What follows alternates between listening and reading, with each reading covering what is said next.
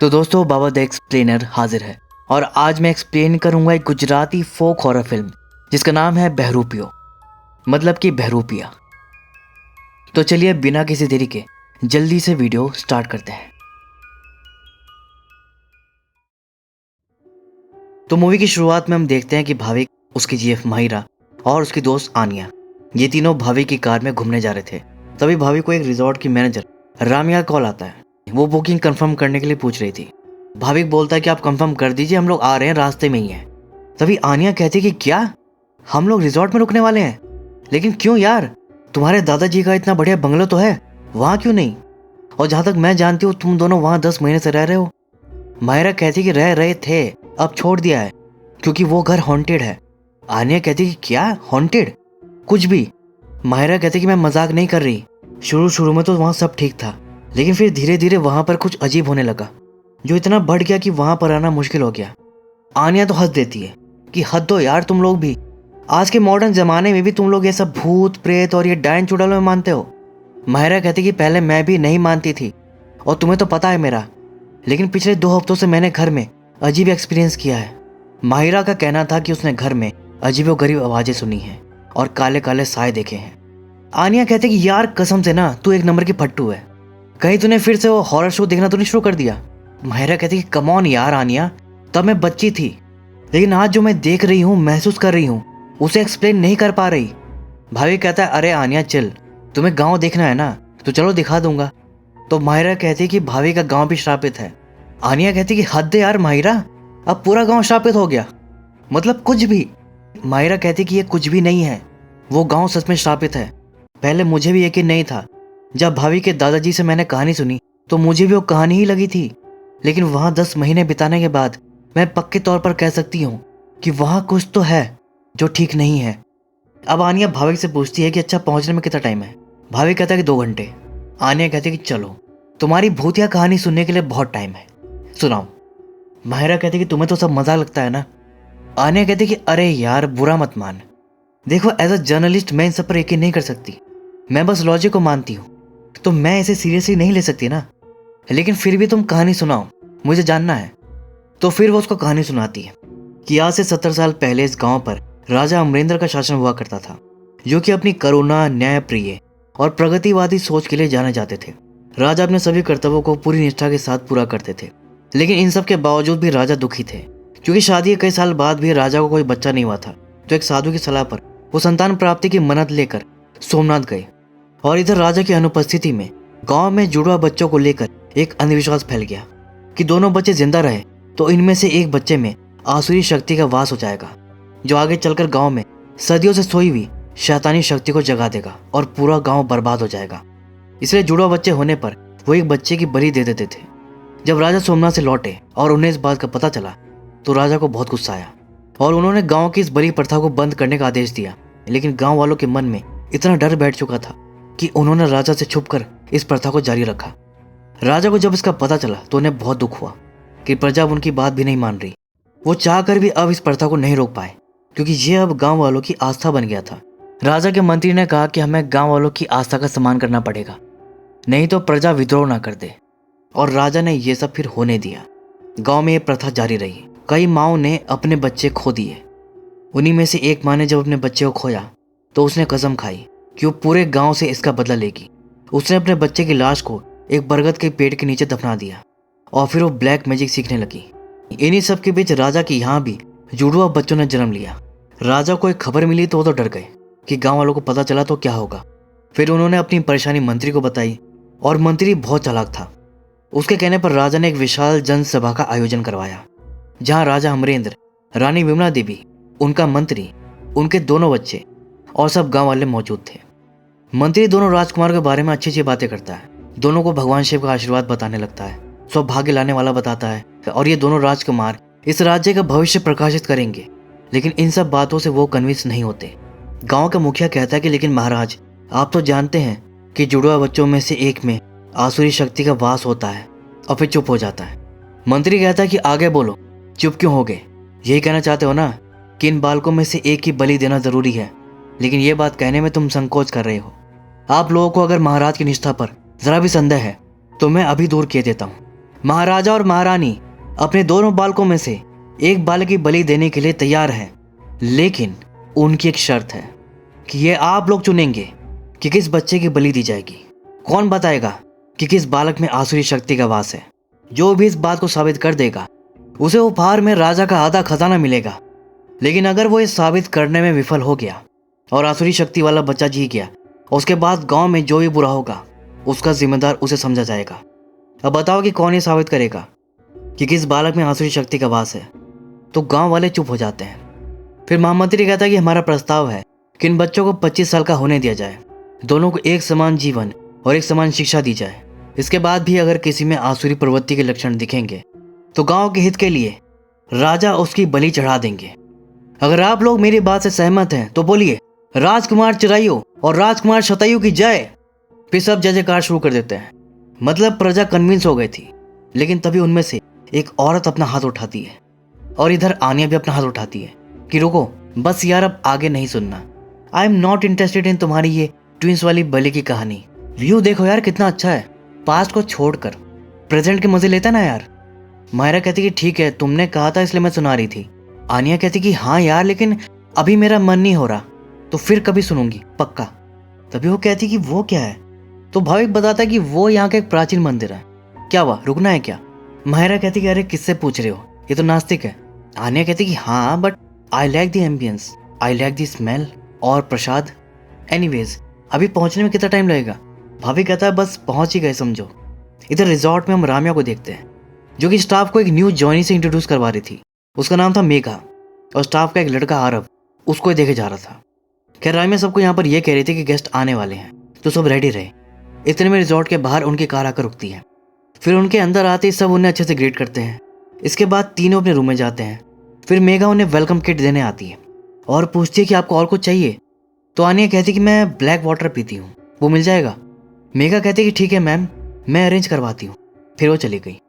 इसके बाद आनिया भाभी के बंगलो चलने की जिद करने लगती है। माहिरा मना करती है, लेकिन भाभी कहता है कि अरे यार मुझे वहाँ से कुछ पेपर्स लेने हैं, तो चलते हैं, तुम टेंशन मत लो, तुरंत वापस आ जाएंगे। इसके बाद हम देखते हैं कि तीनों बंगलों के सामने खड़े थे और ये बहुत बड़ा बंगला था। आनिया तो कहती है कि यार ये तो सच में औसम है, तुम क्या राजा वाजा के खानदान से हो क्या?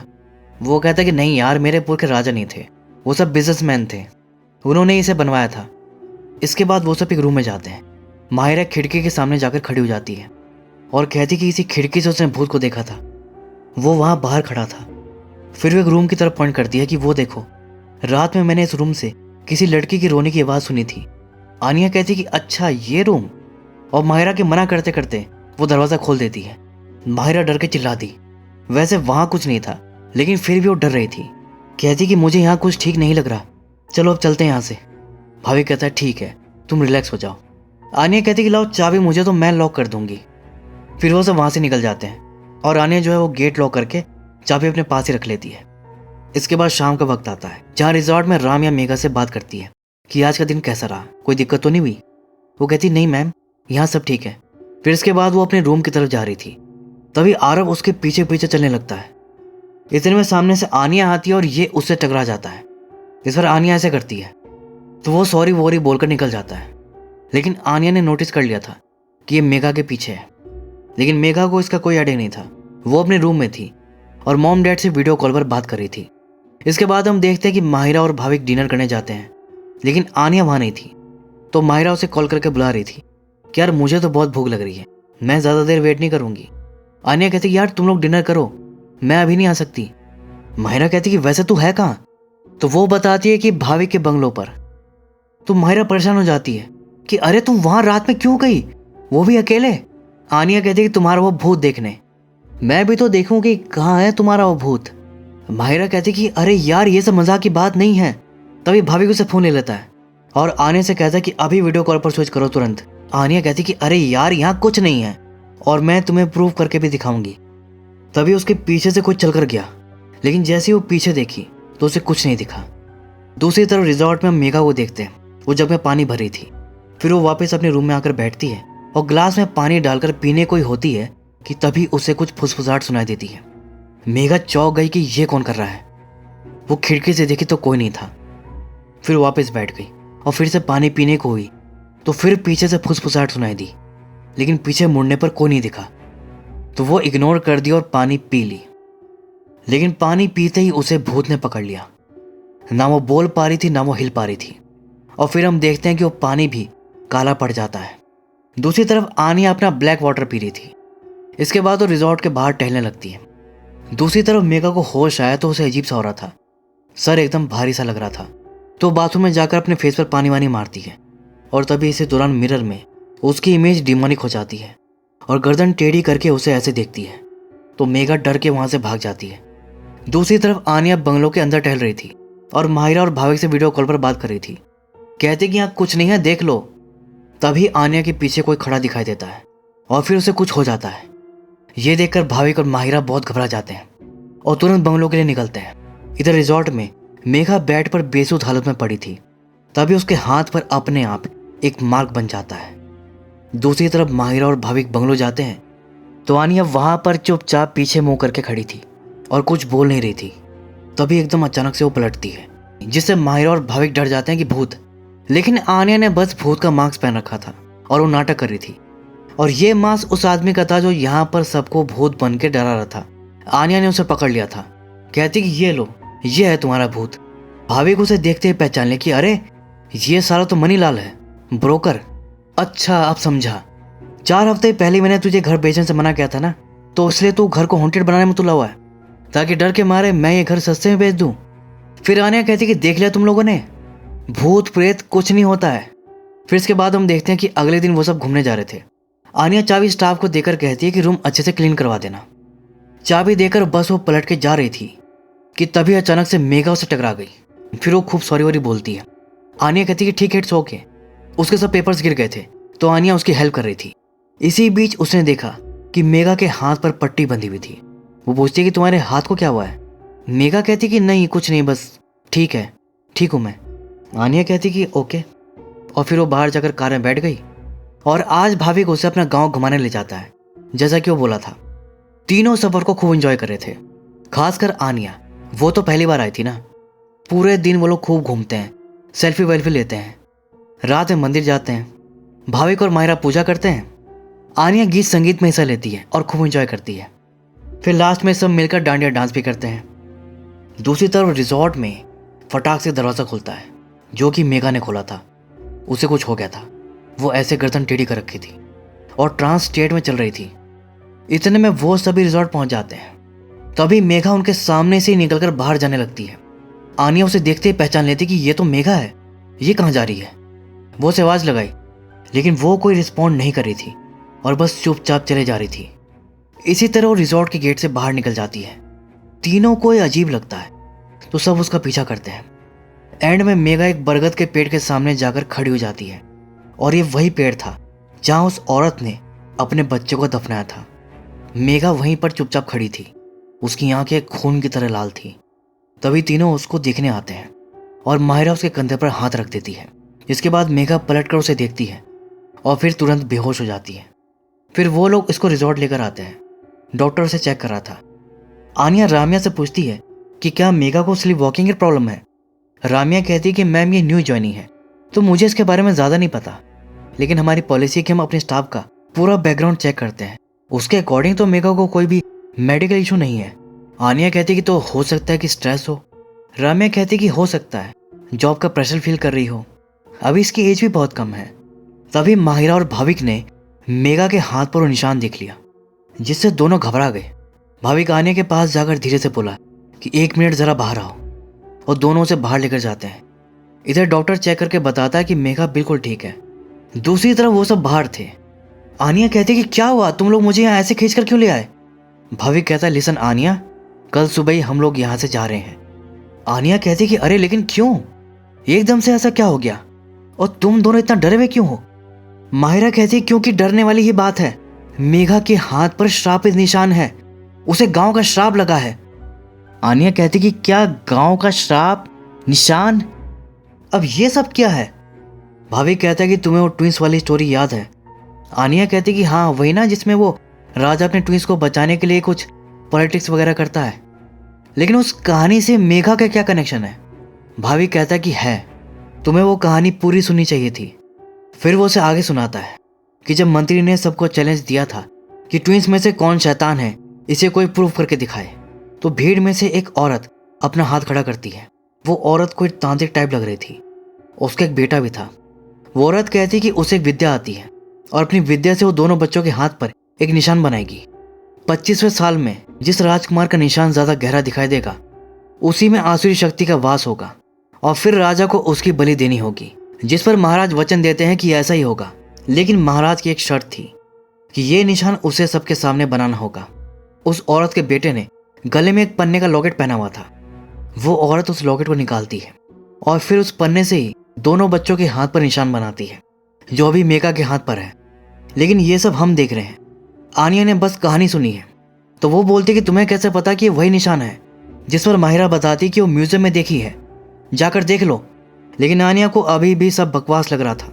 तो भाभी कहता कि देखो आनिया, तुम मानो या ना मानो ये तुम्हारे ऊपर है, तुम्हारी मर्जी है, लेकिन हम मानते हैं और इसीलिए हम कल सुबह यहाँ से जा रहे हैं। आनिया कहती कि पागल हो क्या तुम लोग? अरे क्यों फट रही है तुम्हारी इतनी? एग्जैक्टली यही बोलती गुजराती में कि क्यों फट रही है तुम्हारी इतनी। भाभी कहता है क्योंकि वो निशान मौत का निशान है। वो निशान जिस पर आता है वो जिंदा नहीं बचता, यहाँ तक कि उससे जुड़े लोगों की भी मौत हो जाती है। लेकिन आनिया उनकी बात को नहीं मान रही थी। अब अगले दिन ही दोनों जा रहे होते हैं। आनिया को भी बोलते हैं कि यार जिद छोड़ और चल हमारे साथ, लेकिन आनिया मना कर देती है। कहती है कि अब मुझे पूरी कहानी और उसका सच जानना है। आखिर मैं एक जर्नलिस्ट हूँ, तो मुझे अपना काम करने दो यार, और देख लेना मैं बहुत जल्द तुम्हें प्रूव कर दूंगी कि यह सब बस एक स्टूपिड मिथिकल स्टोरी है और कुछ नहीं है। तो वो लोग भी अब क्या बोलते हैं? वो तो बोलते हैं चल अपना ध्यान रखना और कोई बात हो तो तुरंत फ़ोन करना। इसके बाद वो अपना निकल गए। इधर मेघा को होश आ गया था। रामिया पूछती कि अब कैसी हो? वो कहती कि ठीक हूँ मैम। फिर रामिया उसको दवाई देती है और कहती है चलो अब जल्दी से ठीक हो जाओ, बहुत काम पेंडिंग है। तभी वहाँ पर आरव आता है। रामिया कहती कि तुम यहाँ क्या कर रहे हो? तो वो बोलता कि वो मेघा के बारे में सुना था तो बस देखने आया था। अब कैसी हो मेघा? रामिया कहती कि वो ठीक है, तुम अपने काम पर ध्यान दो। फिर वो मेघा को बाय मेघा करके चला जाता है। इधर आनिया ने अपनी इन्वेस्टिगेशन शुरू कर दी थी। वो एक स्टाफ से डॉक्टर का नंबर मांग रही थी जो मेघा को चेक करने आया था। जब स्टाफ इसका रीज़न पूछती है तो ये कह देती कि वो मुझे भी थोड़ा अनईजी फील हो रहा है, इसलिए इस तरह वो नंबर ले लेती है। इसके बाद रात में मेघा फिर बाहर जाने लगती है। आरव बाहर ही खड़ा था, वो उसको देख लेता है। वो मेघा को आवाज़ लगाता है लेकिन वो नहीं सुनती और फिर से उसी बरगद के पेड़ के सामने जाकर खड़ी हो जाती है। आरव जब उसे देखने जाता है, उसे टच करता है, तो वो पलटकर आरव को देखती है और तुरंत बेहोश हो जाती है। फिर आरव मेघा को लेकर रिजॉर्ट जाने लगता है। बाहर आनिया डॉक्टर से बात कर रही थी, तभी वो आरव को मेघा को ले जाते हुए देख ली, तो इसे उस पर शक होता है कि यही कुछ कर रहा है। आरव मेघा को उसके रूम में ले जाता है और बेड पर लेटा देता है। तभी आनिया आकर उसे धक्का देकर हटा देती है कि हटो, और मेघा को चेक करती है तो वो तो बेहोश थी। फिर वो आरव पर गुस्सा करती है कि क्या किया है इसके साथ। आरव कहता कि अरे मैंने कुछ नहीं किया। आनिया कहते कि झूठ मत बोलो, तुम ही इसे हिप्नोटाइज कर रहे हो ना। आरव कहता कि मैडम आप ये क्या बोल रही हैं, मुझे कुछ समझ नहीं आ रहा। तभी मेघा होश में आ जाती है और कहती कि उसने कुछ नहीं किया। आरव भी कहता कि मैडम मैंने तो इसे नींद में चलकर जाते हुए देखा था, इसलिए इसके पीछे गया था। ये वहाँ बेहोश हो गई थी तो इसे लेकर यहाँ आ गया, बस। मेघा भी कहती कि मैम ये सच कह रहा है, बेहोश होने से पहले मैंने इसे देखा था। आनिया कहती कि तुम नहीं हो तो फिर कौन है जो इसे हिप्नोटाइज कर रहा है? क्योंकि मेरी अभी डॉक्टर से बात हुई, इसको कोई भी बीमारी नहीं है, मेडिकली शी इज फाइन। तो फिर कोई हिप्नोटाइज ही कर रहा होगा ना। मेघा कहती लेकिन मेरे साथ ऐसा कौन करेगा? आनिया कहती कि वो मैं पता लगा लूंगी, और आरव से कहती कि तुम मेरा इसमें साथ दोगे। वो कहता है कि ठीक है मैम। फिर इसके अगले दिन आनिया रामिया से परमिशन लेकर मेघा को अपने साथ बाहर ले जाती है, और साथ में आरव भी था क्योंकि उसी को यहाँ की जगहों के बारे में पता था। पहले वो उन्हें वहाँ का एक गार्डन दिखाने ले जाता है।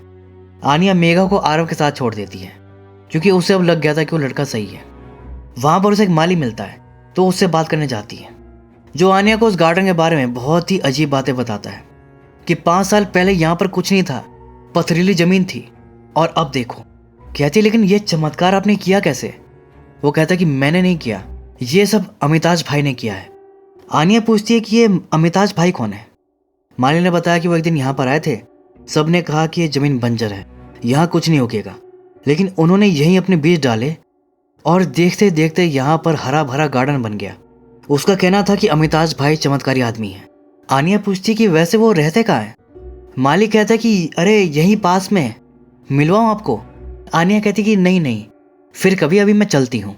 इसके बाद जब वो वहाँ से लौट रही थी तो उसे वहाँ पर एक आदमी दिखाई देता है जो फूल पौधों से बात कर रहा था, और यही था अमिताभ। लेकिन आनिया को पता ही नहीं था। इसके बाद वो वापस आकर कार में बैठी। अब यहाँ से आरव उन्हें एक टी स्टॉल पर लेकर जाता है। आरव बताता है कि यह दुकान बहुत पुरानी है, राजा अमरिंदर के टाइम की। आनिया सोचती है तो फिर चाय वाले को सब पता होगा। फिर उसे बात करती है, उससे राजकुमारों के बारे में पूछती है कि उनके साथ क्या हुआ था। फिर चाचा उसे पूरी कहानी सुनाते हैं कि जैसे जैसे राजकुमार बड़े होते गए, राजा की चिंता और बढ़ती गई। वो हर 5 साल में निशान चेक करता था कि किसका ज्यादा गहरा है। तो कभी चिड़ैयों का गहरा दिखता था तो कभी शतायु का, लेकिन मोस्टली चिड़ैयों का ही गहरा दिखता था। जब दोनों 24 के हो गए, उन्हें चिड़ैयों की चिंता होने लगी। तो वो अपने मंत्री से इसका उपाय पूछते हैं। तो मंत्री ने राजा को सलाह दी कि वो राजकुमार चिड़ैयों की शादी करवा दे और शादी समारोह में चिड़ैयों को नया राजा घोषित कर दे। अब राजा की बलि थोड़ी ना कोई दे सकता है। महाराज ने ऐसा ही किया, चिड़ैयों की शादी करवा दी और शादी समारोह में उसे नया युवराज घोषित कर दिया। लेकिन शतायु इससे चिढ़ गया क्योंकि बड़ा वो था, तो इस हिसाब से राजा उसे बनना था। लेकिन छोटे भाई को राजा बनाया जा रहा था, उसे ये बर्दाश्त नहीं हुआ।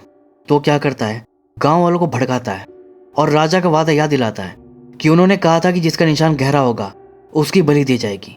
लेकिन राजा अपने वादे से पलट रहे हैं और गांव को धोखा दे रहे हैं। जिसके बाद दोनों के 25 साल के होने पर गांव का मुखिया सबको लेकर राजा से बात करने गया, उनका वादा याद दिलाया और कहा कि महाराज हमें शक है कि आप वादे से मुकर रहे हैं। जिस पर मंत्री भड़क जाता है, कहता है कि अपनी मर्यादा में रहकर बात करो सरपंच। जिस पर गांव वाले भी भड़क जाते हैं। तो राजा उनसे कहता है कि शांत हो जाइए, क्या चाहिए आप सबको? गांव वाले कहते हैं कि न्याय, हमें न्याय चाहिए। अब या तो आप देंगे या हम छीन के लेंगे। मतलब जनता बगावत पर उतर आई थी। शतायु उन्हें और भड़का दिया कि किसमें हिम्मत है इतनी, मैं भी देखता हूं। बस फिर क्या, गांव वाले सब महल में अटैक कर दिए। तो शतायु ने भी चाकू निकाल लिया और उनसे कहा कि रुक जाओ, पहले ये तो देख लो कि किसका निशान गहरा है। जिसका भी निशान गहरा निकला उसकी बलि दी जाएगी, ये मेरा वादा है। इसके बाद 2 लोग जाकर चिड़ैयों को लेकर आते हैं और फिर सबके सामने दोनों अपने निशान दिखाते हैं। तो चिड़ैयों का डाक दिखाई देता है। चिड़ैयों ने जैसे ही देखा वो डरकर भागने लगता है। वो अपनी पत्नी के पास जा रहा था, उसकी पत्नी उसे हाथ देती है, लेकिन इससे पहले उसे पकड़ लिया जाता है। फिर वो उसे घसीट कर एक कुएं के पास लेकर जाते हैं और उसे जिंदा ही उसी कुएं में फेंक देते हैं, उसकी बलि दे देते हैं। चाचा बताते हैं कि तब से कुएं का पानी श्रापित है। अगर कोई उसका पानी पी लेता है तो उसे श्राप लग जाता है। अब ये सब सुनकर मेघा परेशान हो जाती है कि उसे श्राप लग गया है। आनिया उसे समझाती है कि ऐसा कुछ नहीं है, ये सब बस कहानी है और इसी कहानी की आड़ में कोई तुम्हारे साथ खेल खेल रहा है। लेकिन तुम चिंता मत करो, आज मैं तुम्हारे साथ ही सोऊंगी। आज तुम्हें कोई हिप्नोटाइज नहीं कर पाएगा। लेकिन रात में सोते सोते वो फिर उठ जाती है और ट्रांस स्टेट में बाहर जाने लगती है। और जब वो मिरर के सामने से गुजरती है तो उसके पीछे उसका एक शैतानी रूप भी चल रहा था जो सिर्फ मिरर में दिख रहा था। अच्छा, इधर मेघा बाहर चली गई और उधर आनिया की आंख खुली तो वो देखे कि मेघा गायब है। फिर वो तुरंत भागकर आरव को बताई कि मेघा फिर बाहर चली गई। अब वो दोनों बाहर आए तो देखे कि मेघा कार में बैठी थी और उनके सामने ही वो कार लेकर निकल गई। तो फिर वो लोग उसे बाइक से पकड़ने गए। इधर मेघा उसी श्रापित कुएं के पास पहुंच गई। वो उसमें कूदने जा रही थी, लेकिन तभी आनिया आकर उसे पकड़ ली। अगले दिन मेघा आनिया से कहती है कि मैं तो ये जॉब छोड़ रही हूँ, ये जगह सच में श्रापित है, मुझे यहाँ नहीं रहना अब। लेकिन आनिया अभी भी कह रही थी कि ऐसा कुछ नहीं है, तुम बस स्ट्रेस में हो। अब मेघा को भी उस पर गुस्सा आ गया कि बस बहुत हो गया, तुम्हें नहीं पता कि मेरे साथ क्या हो रहा है, मैं क्या महसूस कर रही हूँ, तुम नहीं समझ सकती। और नाराज होकर चली जाती है। फिर आनिया उसको समझाने उसके पीछे जाती है, लेकिन तभी कोई लड़की उसका हाथ पकड़ लेती है और कहती है कि वो सच कह रही है। और ये लड़की पता है कौन थी? जानकी बोदीवाला। अभी इनके कैरेक्टर का नाम रिवील नहीं हुआ है तो मैं इन्हें जानकी ही बुलाऊंगा। तो जानकी कहती कि उसे कोई स्ट्रेस नहीं हुआ है, बल्कि वो किसी आत्मा के वश में है।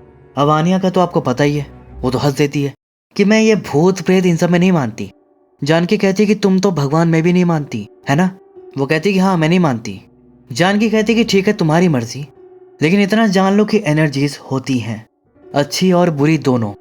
आनिया कहती तुम मुझे ये सब क्यों बता रही हो? कौन हो तुम? जानकी कहती है कि जब तुम एनर्जीज में ही नहीं मानती तो मेरे बारे में जानकर क्या करोगी? लेकिन अगर तुम्हें मेघा को बचाना है तो इन सब पर यकीन करना होगा। आनिया कहती है लेकिन तुम्हें उसके बारे में कैसे पता है? जानकी कहती है सिर्फ यही नहीं बल्कि मैं तो ये भी जानती हूँ कि वो पहली लड़की नहीं है इस गांव में जिसके साथ ये हो रहा है। इस श्राप का शिकार कई लड़कियां बन चुकी हैं। फिर वो आनिया का हाथ पकड़ती है और अपनी शक्ति से उसे एक सीन दिखाती है जिसमें आनिया कई लड़कियों को उस कुएं में कूदकर अपनी जान देते हुए देखती है। आनिया को यह दिखाकर वो जाने लगती है। आनिया उसे कहती कि रुको, अपना नाम तो बताती जाओ। वो कहती कि मेरा नाम मदद नहीं करेगा, बस तुम्हें एक सलाह है कि आगे से पानी संभल कर पीना। यहाँ पर हम उसके गर्दन पर एक रोज का टैटू भी देख पाते हैं। खैर, पानी संभल कर पीना ये बोलकर वो चली जाती है। फिर आनिया देखी कि जिस हाथ को लड़की पकड़ी थी उस हाथ में अब रोज था। अब इसके बाद हमें 2 दिन पहले का सीन दिखाया जाता है जब भाविक और माहिरा वहां से जा रहे थे, लेकिन वो गांव से बाहर नहीं निकल पाते। रास्ते में अचानक उनकी कार खराब हो जाती है, उनकी कार भी लॉक हो जाती है और कार में अजीब सा धुआं फैल जाता है जिससे दोनों का दम घुटने लगता है। और फिर स्क्रीन पर हमें वही निशान दिखाया जाता है और ये सीन यहीं पर कट हो जाता है। अब प्रेजेंट टाइम में आनिया उनको कॉल कर रही थी लेकिन फोन बंद आ रहा था, मतलब उनके साथ पक्का कुछ गलत हो गया है। आनिया दोनों को मिस कर रही थी, उनके साथ जो सेल्फीज ली थी वो देख रही थी और तभी पीछे वॉल पर उसे वही निशान दिखाई देता है। फिर अगले दिन आनिया उसी घर के आदमी से जाकर पूछती है कि आपकी वॉल पर निशान कैसा है, जिस पर वो आदमी बताता है कि ये निशान उसकी बेटी दिव्या के हाथ पर था। उसकी हॉस्पिटल में नई नई नौकरी लगी थी, अच्छी खासी थी, पता नहीं क्या हो गया, वो बीमार पड़ गई। वो नींद में चलना शुरू कर दी थी और एक रात पता नहीं वो कहाँ चली गई, फिर मिली ही नहीं।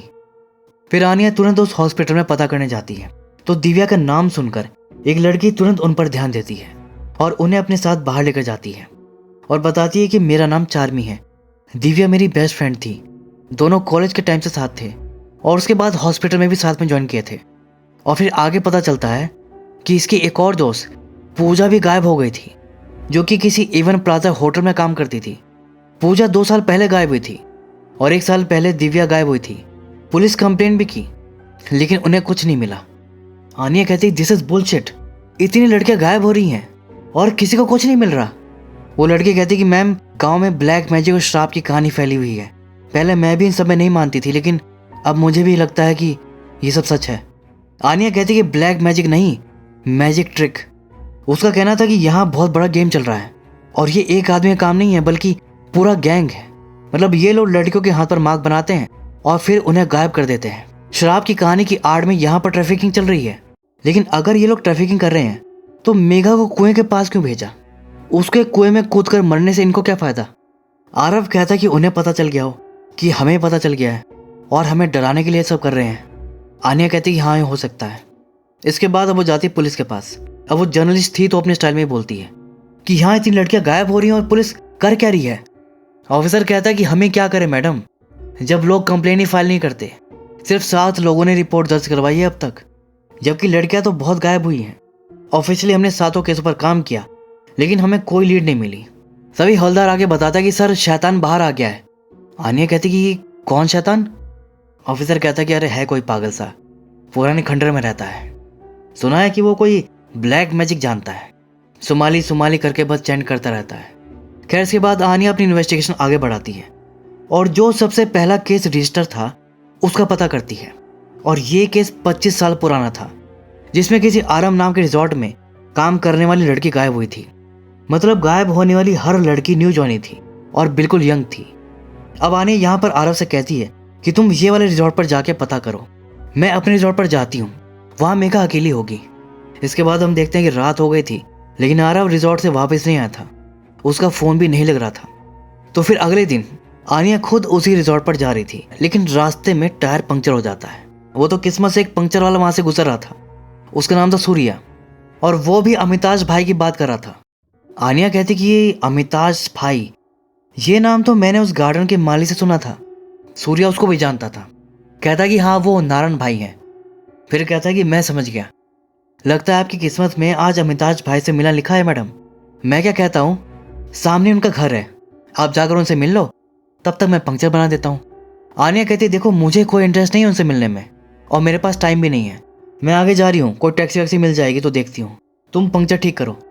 सूर्या कहता है, अरे मैडम मेन रोड यहाँ से 20 मिनट दूर है, उससे पहले आपको टैक्सी नहीं मिलेगी।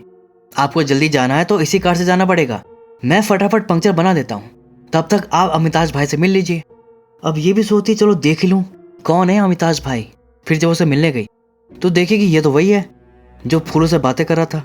और यहाँ भी वो क्या बोलता है, आप मुझसे मिलने आने वाली है, मुझे पता था। आनिया कहती लेकिन कैसे? तो अमिताभ बताता है कि मुझे इन फूल पौधों ने बताया।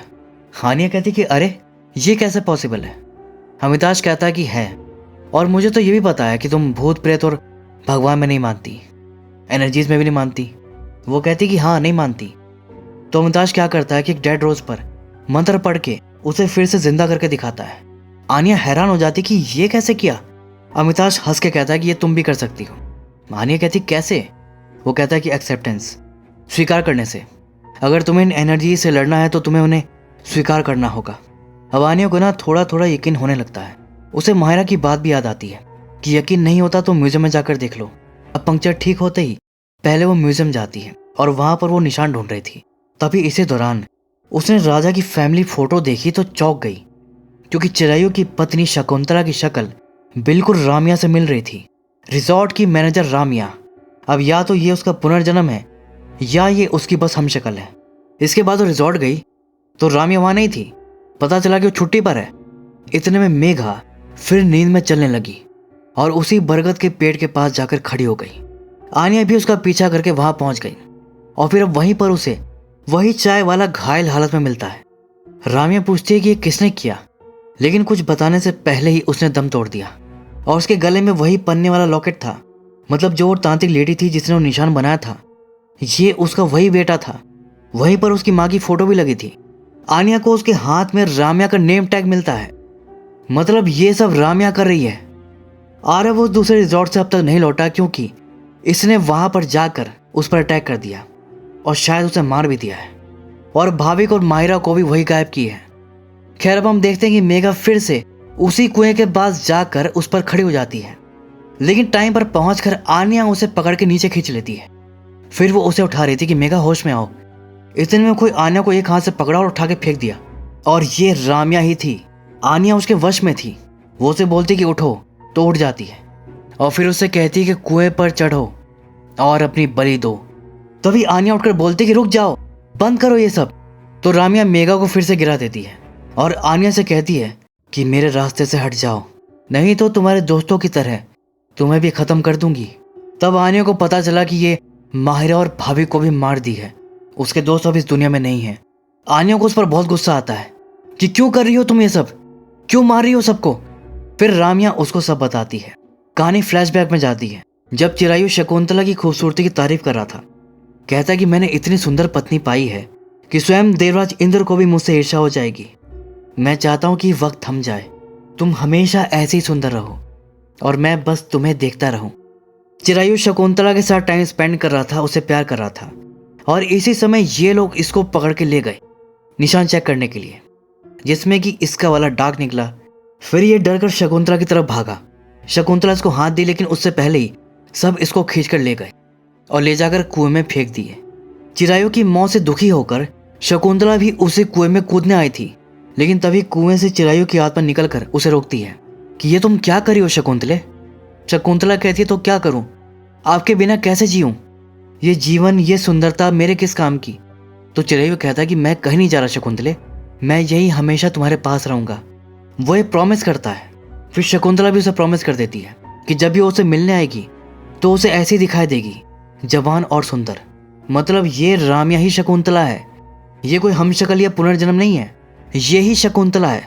खुद को जवान और सुंदर दिखाने के लिए वो रिचुअल कर रही है, जवान लड़कियों की इस कुएं में बलि दे रही है, सिर्फ इसलिए कि हर साल जब वो चिरायु की आत्मा से मिलने आए तो उसे वैसे ही जवान और सुंदर दिखाई दे। और चिरायु की आत्मा भी यही चाहती है। मतलब इन दोनों का ऑब्सेशन के चक्कर में पता नहीं कितनी लड़कियों की जानें जा चुकी हैं। लेकिन आनिया को पता है क्या लग रहा है कि ये शकुंतला की हम शक्ल है और उसकी कहानी से रिलेट कर रही है। सब उसकी इमेजिनेशन है और इसे सच मानकर वो ये सब क्राइम कर रही है, मतलब भूल भुलिया जैसा। और शकुंतला को भी कोई इंटरेस्ट नहीं था उसे रियलिटी समझाने में। जब आनिया ने देखा कि वो मान ही नहीं रही कि वो शकुंतला नहीं है, तो मामला साइकोलॉजिकल है तो साइकोलॉजिकली खेलती है। मान लेती कि वो शकुंतला है, और उसे कहती कि जिसे तुम प्रेम कह रही हो ना, ये तुम्हारा प्रेम नहीं है, ये तुम्हारा लालच है।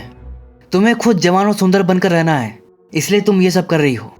ऐसे उसे बातों में फंसाकर उसके पास आती है और अचानक कुएं में धक्का दे देती है। उसे लगता है कि राम्या की मौत के साथ ही ये खत्म हो गया और मेघा को लेकर जाने लगती है। लेकिन तभी कुएं से चिरायु की आत्मा शकुंतला की बॉडी लेकर बाहर आती है।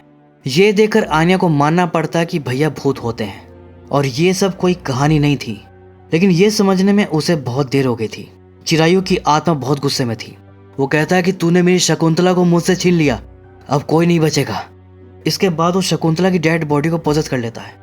शकुंतला की लाश उठकर खड़ी हो जाती है और फिर वो आन्या का गला पकड़ लेती है और फिर अपनी शक्ति से उसकी लाइफ फोर्स खींचने लगती है, जिससे जल्द ही आन्या की मौत हो जाती। लेकिन तभी एंट्री होती है अमिताज की। वो चिरायु को एक ही हाथ से पकड़कर दूर उछाल देता है। फिर वो देखा कि आन्या मरने की हालत में पहुंच गई थी, तो वो अपनी शक्तियों से उसे ठीक कर रहा था। लेकिन चिरायु ये नहीं चाहता था, तो वो उसे रोकने आता है कि तभी वंडर वुमेन की तरह एंट्री मारती है जानकी। मतलब ये और अमिताज नॉर्मल लोग तो बिल्कुल भी नहीं है। फिर वो चिरायु से लड़ती है, मतलब जैसे विकराल भूतों से लड़ता था, लिटरली वैसे लड़ रही थी, घूंसे उसे चला रही थी। लेकिन चिरायु उस पर भारी पड़ता है, यानी वो ज्यादा पावरफुल था। फिर अमिताज उसे इशारों में बोलते हैं कि तुम मेघा को लेकर जाओ, मैं यहाँ से मान लूंगा। फिर जानकी मेघा को अपने साथ लेती है और अपने कपड़े को यूज करके उसे लेकर गायब हो जाती है, मतलब टेलीपोर्ट हो जाती है। लेकिन अब अमिताज को अकेला पाकर चिरायु उस पर अटैक करने आता है, लेकिन उससे पहले ही कोई उसका हाथ पकड़ लेता है और ये थी आन्या, जो कि ठीक हो गई थी। और फिर वो चिरायु से लड़ती है, मतलब अमिताज ने अपनी कुछ मिस्टिकल पावर्स उसको भी दे दी थी और उसने एनर्जीज की एग्जिस्टेंस को भी एक्सेप्ट कर लिया था। और अमिताज ने ही कहा था कि जिस दिन तुम एक्सेप्ट कर लोगी तो तुम इन शक्तियों से लड़ पाओगी। लेकिन फिलहाल तो चिरायु उस पर भारी पड़ रहा था। लास्ट में वो आन्या को गले से पकड़ लेता है और उसे कुएं की तरफ लेकर जा रहा था और अमिताज उसे रोक भी नहीं रहे थे। असल में वो कुछ जानने की कोशिश कर रहे थे और उन्हें पता चला कि शकुंतला के पैर पर भी वही मार्क है। जब चिरायु ने उसे मार्क वाले हाथ से छुआ था तो वो उस पर भी आ गया था। बस फिर क्या, अमिताज अपनी शक्ति से वेपन बनाकर आन्या की तरफ पास करते हैं, जिसे आन्या शकुंतला के पैर पर बने उसी मार्क पर स्टैप कर देती है।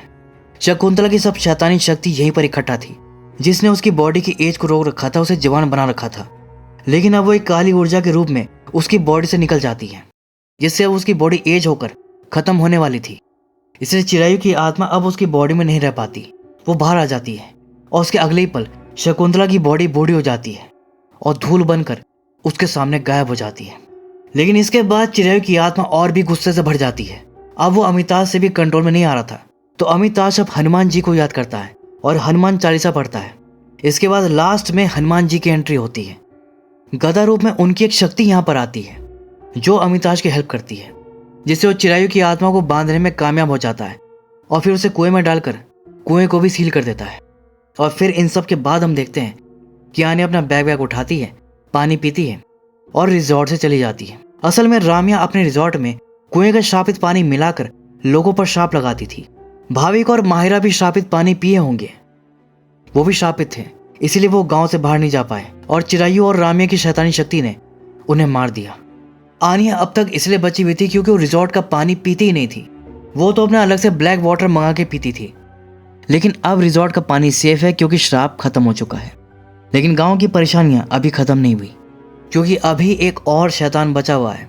वो शैतान जिसके बारे में पुलिस वाले बता रहे थे, जो खंडर बन चुकी हवेली में बैठकर सुमाली सुमाली चैंट करता रहता है। और ये कोई और नहीं बल्कि चिरायु का भाई शतायु है। वो भी जिंदा था और वैसे ही था जवान। तो मतलब दोनों ही भाई शैतान थे और शैतान उन्हें उस मार्क ने बनाया था। ऐसे उनमें से कोई शैतान नहीं निकलता। गांव वालों का बिलीफ पूरी तरह से अंधविश्वास था, जिसमें गांव वालों ने कई बच्चों की बलि दी थी। उन्हीं में से एक औरत थी ना, जिसने प्रण लिया था कि वो गांव वालों से बदला लेगी। तो ये वही औरत है जिसने वो मार्क बनाया था। गांव वालों से बदला लेने के लिए उसने खुद पहले ब्लैक मैजिक सीखा और उनके अंधविश्वास को रियल बना दिया। राजकुमारों में से कोई भी शैतान नहीं बनने वाला था, लेकिन इसने वो शैतानी मार्क देकर दोनों को शैतान बना दिया। गहरा निशान हल्का निशान कुछ नहीं था, सारा खेल इस निशान का था। तभी तो जब शकुंतला पर निशान आया तो वो भी शैतान बन गई थी। अब अपनी प्रथा के चलते गांव वाले एक को मार भी देते तो दूसरा शैतान फिर भी रहेगा और वो फिर शैतानों के राजा सुमाली को जगाएगा। यही शतायु कर रहा है।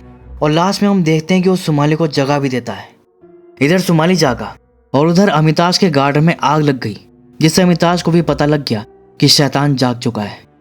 फिर वो भी शक्ति बढ़ाने के लिए हनुमान जी की साधना करने लगता है और इसी के साथ ये मूवी यहीं पर खत्म हो जाती है और लास्ट में बहरूपियो 2 का टाइटल टीजर शो होता है। तो दोस्तों ये थी गुजराती फोक हॉरर बहरूपियो मूवी की एक्सप्लेनेशन। फिल्म की कहानी और कॉन्सेप्ट मुझे वैसे बहुत सही लगा, लेकिन एग्जीक्यूशन उतना अच्छा नहीं था और क्लाइमैक्स तो बिल्कुल ही वीक था, बच्चों वाला लग रहा था। ऐसा लग रहा था कि जैसे हैरी पॉटर देख रहे हैं। अगर एग्जीक्यूशन एकदम तगड़ा होता और इसे डार्क हॉरर की तरह बनाते तब तो ये तुम्बाड़ उम्बाड़ को टक्कर दे देती, जैसे वश ने दी थी। वैसे ये मेरा बस पर्सनल ओपिनियन है, आपका अलग हो सकता है। बाकी वीडियो पसंद आई तो वीडियो को लाइक और हाइप जरूर कर दीजिएगा। मैं अब आपको मिलता हूँ अगली वीडियो में, तब तक के लिए take care and keep watching.